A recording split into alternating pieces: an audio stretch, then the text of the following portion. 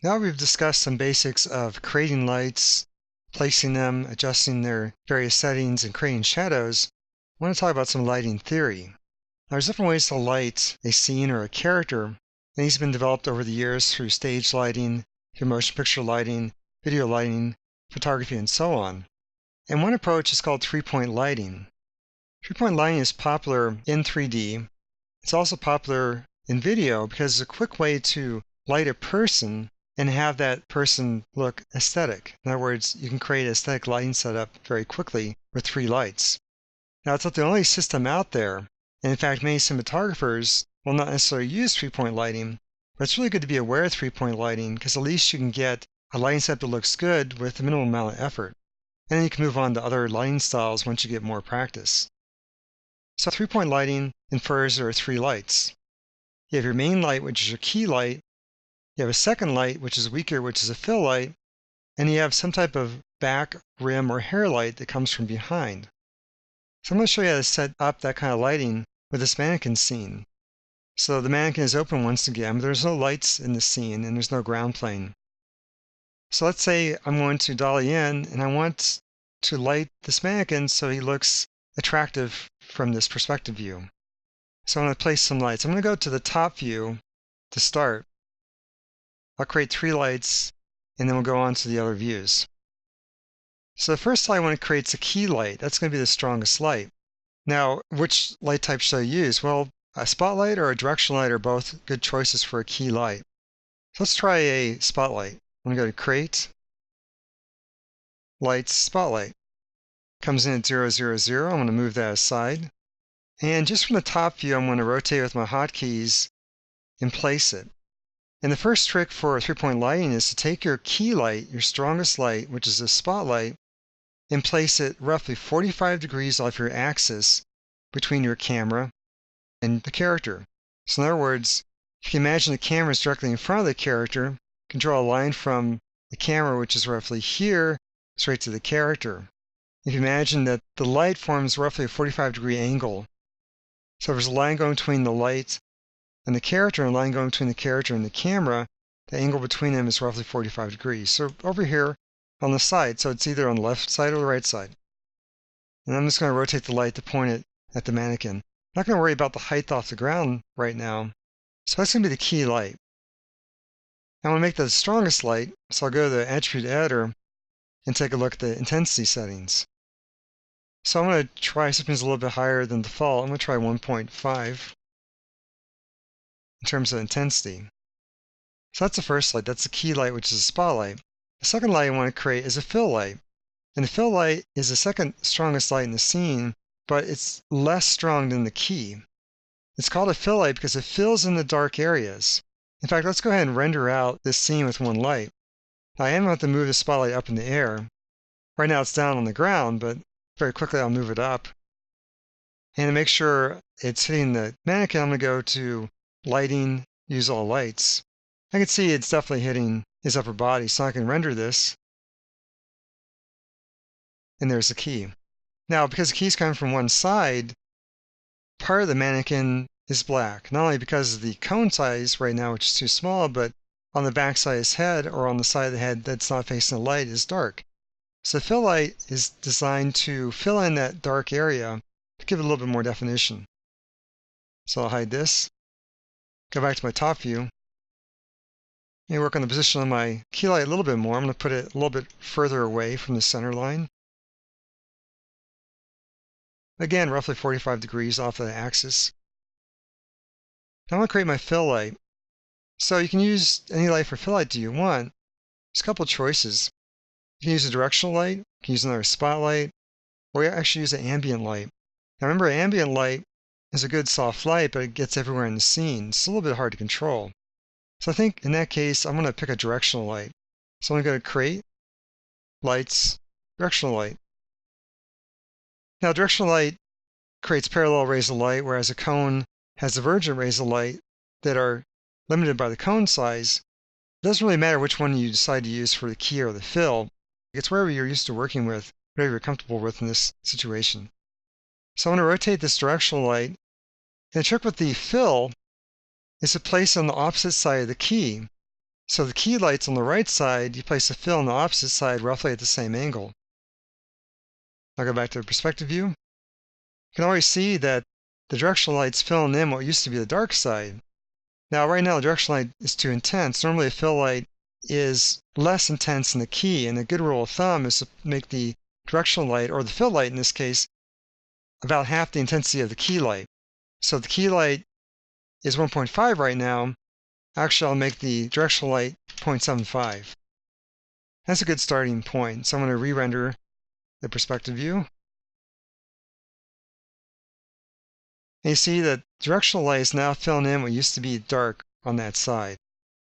Now the reason that those two lights are placed roughly 45 degrees off the axis between the character and the camera is because when you do that with a human, or a character like this that's roughly human, it tends to make for aesthetic lighting.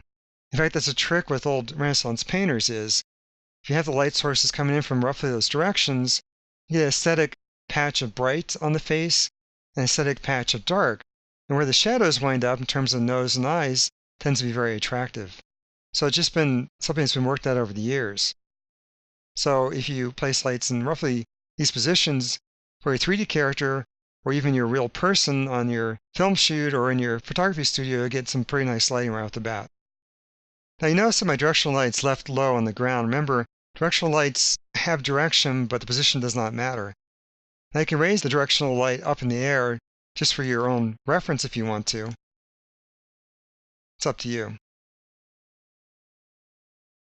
Now you don't have to have the lights come in exactly the same height as the character's head. For example, my key light's the same height as the mannequin's head, and I'll make that larger so you can see that. You can make it a little bit higher, a little bit lower. In fact, make it a little higher or lower, it tends to be a little bit more aesthetic. And higher is probably the best choice. Low will create some potentially unattractive shadows, so high, pointing down a little bit, is a good option. Now, if your key's coming in a little high and pointing lower, one thing you can do with the fill is have it lower pointing higher. So the fill's kind of coming in at the opposite direction of your key. So key a little high, fill a little bit low. If I look at the top view, they're still making that 45-degree angle, as I had mentioned. And in fact, if you compare them to each other, you can imagine that they form a 90-degree angle between those two lights.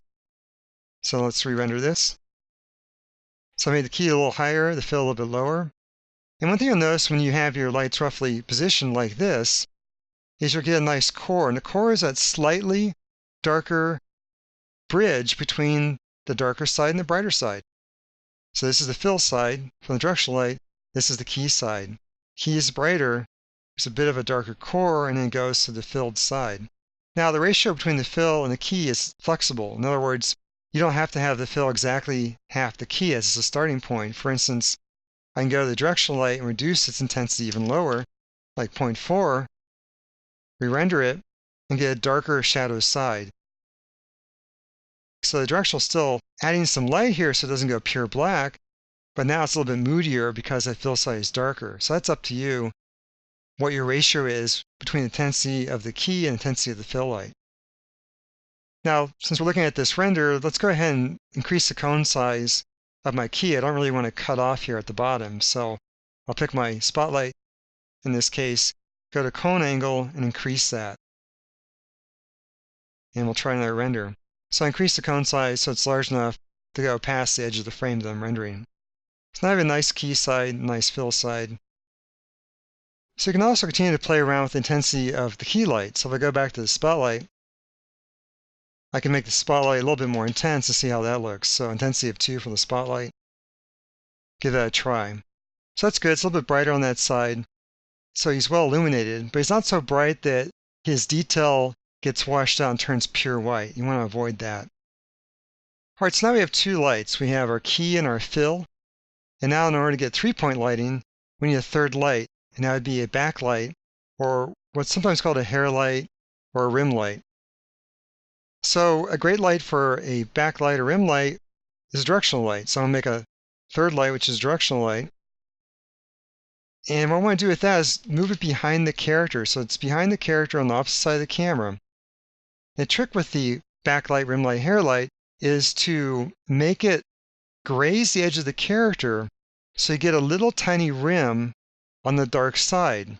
And this is designed to make sure the dark side of the character does not disappear into a dark background. So I just want a little tiny thin rim right here on the dark side of the character. Now in order to place them, I'm going to go back to my perspective view. And I'm going to rotate my rim light until I see that tiny rim appearing on the dark side. I'll make this window bigger. So I'll rotate it away so it goes away. Now as I rotate it inward, you see that little rim creeps along the edge. That's where I want it.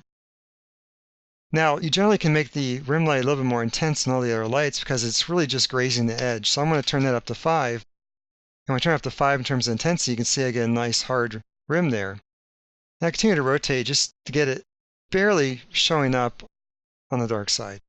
And we'll try that as a render. And there's the rim. A rim is very stylistic. It doesn't necessarily equate to anything in the real world, but it can be very aesthetic. Again, it helps prevent the character from disappearing into the background on the dark side. Now, you don't necessarily have to have it that intense. I can reduce intensity. Let's try 2 instead. And obviously, it'll start to fade away. So the hard part of the rim is just getting it in the correct position to just graze the edge of the dark side, but not come across the face of the characters too much. If I rotate it too much, I might let it leak across the dark side so much that it interferes with the other lights. So this is not very nice. I really want to just barely touching the edge. Now you can stop with the 3-point lighting. In other words, you can have a key in the fill and stop there. You don't have to have rim lights, purely optional, but often it looks really nice. For example, it's often used in feature animation because it creates a nice aesthetic look, which is nevertheless a little bit stylized. All right, so that's your 3 lights for 3-point lighting.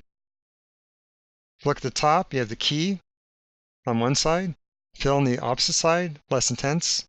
You have the rim back or hair light coming from behind, just grazing the character, so the rim's on the dark side. So if you follow those basic steps for 3-point lighting, you'll have pretty nice lighting on any kind of character.